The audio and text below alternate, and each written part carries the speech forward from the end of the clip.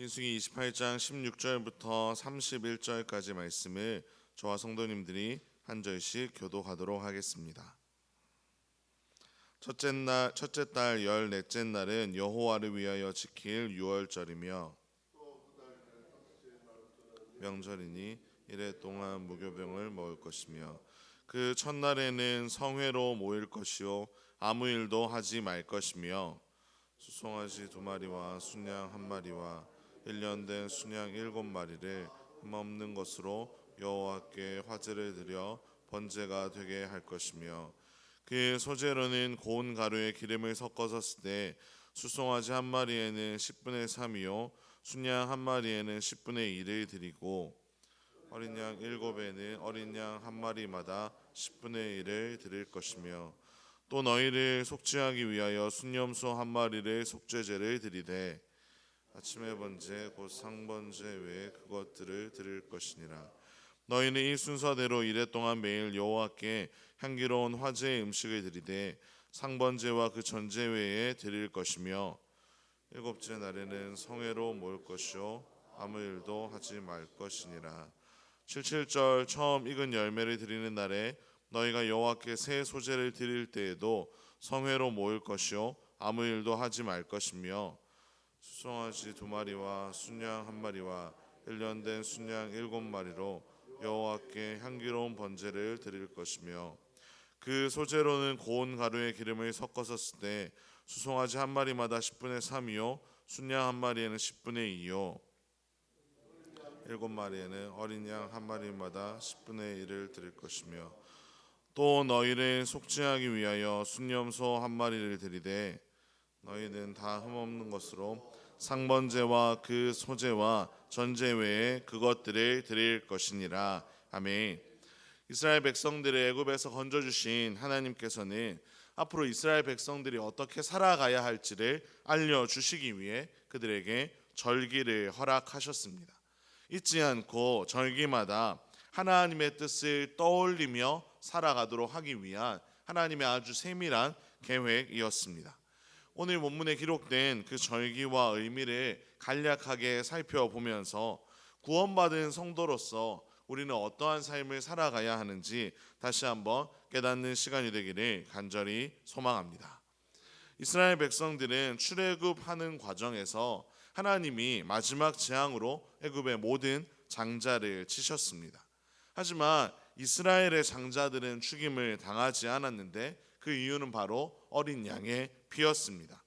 어린 양의 피를 집의 문인방과 좌우 문설주에 바르면 죽음의 사자가 피를 보고 그 집을 넘어갔던 것입니다. 아주 끔찍한 재앙 속에서도 하나님이 하나님의 백성들을 구별하시고 그들을 건져 주신 것입니다. 하나님은 이 16절을 통해서 이 유월절을 지키라고 말씀하십니다. 이 유월절은 이스라엘에게는 새해를 알려주는 의미이기도 했습니다. 새해에 자신들이 정말로 그 끔찍했던 생활들로부터 벗어날 수 있었고 지금은 힘들지만 그래도 평안하게 살아갈 수 있는 이유는 온전히 어린 양의 피로 말미암아 이루어진 것을 기억하게 해주는 절기였습니다. 새로운 한 해를 시작하면서 이제 나의 것을 의지하거나 나의 것을 따라 살아가는 것이 아니라 온전히 하나님의 은혜, 하나님의 일하심에 집중하며 살아갈 수 있도록 그 귀한 절기를 허락하여 주신 것입니다.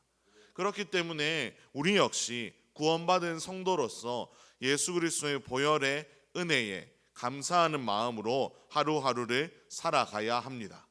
나의 삶을 살려주신 분이 바로 하나님이심을 기억하며 나의 삶을 보호해 주시는 분이 바로 하나님이심을 고백하며 우리는 살아가야 할 줄로 믿습니다. 이어지는 17절에서는 무교절이 등장하는데요.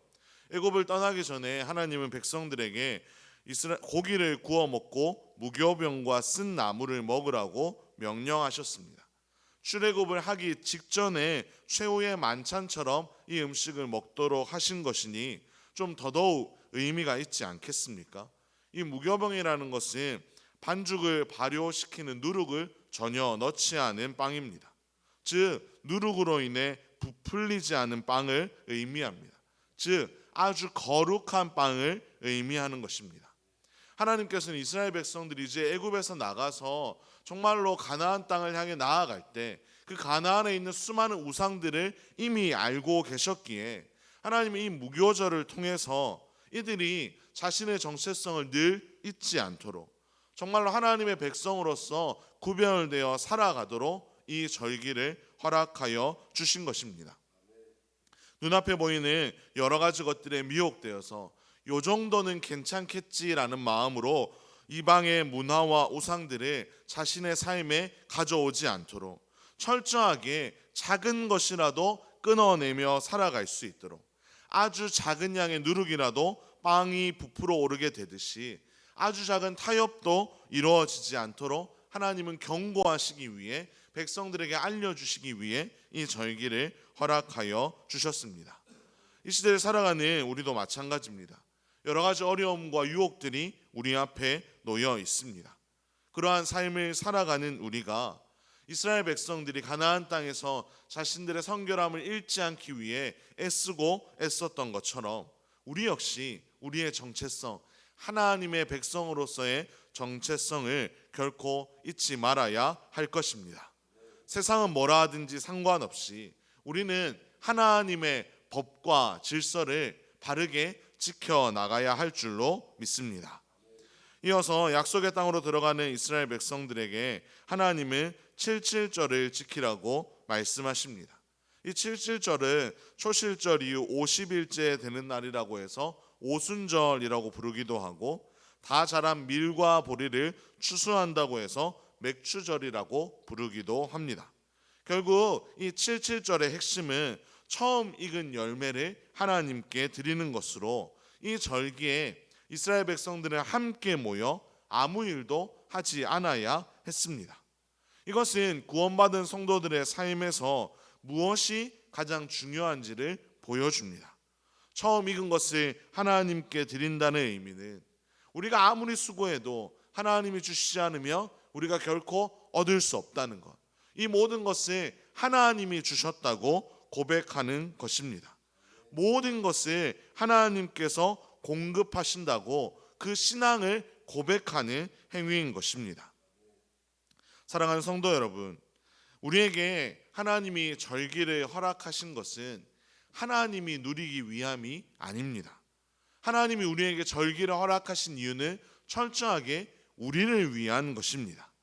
우리가 얼마나 연약한 존재인지를 아시는 하나님께서는 우리가 붙들어야 할 우리의 정체성, 우리가 고백해야 할 우리의 신앙 고백이 무엇인지를 끊임없이 알려주시기 위해 반복되는 절기를 허락하여 주셨던 겁니다. 이스라엘 백성들이 절기를 통해 그 하나님을 늘 바라보고 하나님 앞에서 자신들의 신앙을 고백하며 하나님께 감사하며 살아갔던 것처럼 우리도 이 절기들을 그러한 의미로 함께 지켜나갈 수 있기를 간절히 소망합니다. 오늘 말씀을 통해 우리가 예수 그리스도의 보혈로 인해 깨끗하게 받음을 기억하며 우리가 그 예수 그리스도로 인해 구원받았다는 사실을 기억하며 그 어떠한 죄와 타협하지 아니하고 언제나 하나님이 모든 것을 주신다고 믿음으로 고백하며 살아가는 저와 여러분의 귀한 삶이 되기를 주님의 이름으로 축원합니다. 기도하겠습니다. 사랑과 은혜의 하나님 아버지, 오늘도 우리를 깨워주셔서 함께 모여 하나님을 찬양하며 말씀 듣고 기도함으로 이 하루를 시작하게 하시니 참으로 감사를 드립니다. 우리에게 절기를 허락하여 주신 하나님의 마음을 다시 한번 깨닫게 되었사오니 우리가 늘 하나님의 인도하심을 따라 살아가게 하여 주시옵소서. 구원받은 은혜에 늘 감격하는 삶이 되게 하시고 그 어떠한 작은 죄라도 타협하지 아니하고 순결을 지키게 하시고 우리의 모든 것을 하나님께서 공급하셨다고 고백하며 살아가는 우리의 삶이 되게 하여 주시옵소서. 이 모든 말씀 우리 주 예수 그리스도의 이름으로 기도합니다. 아멘.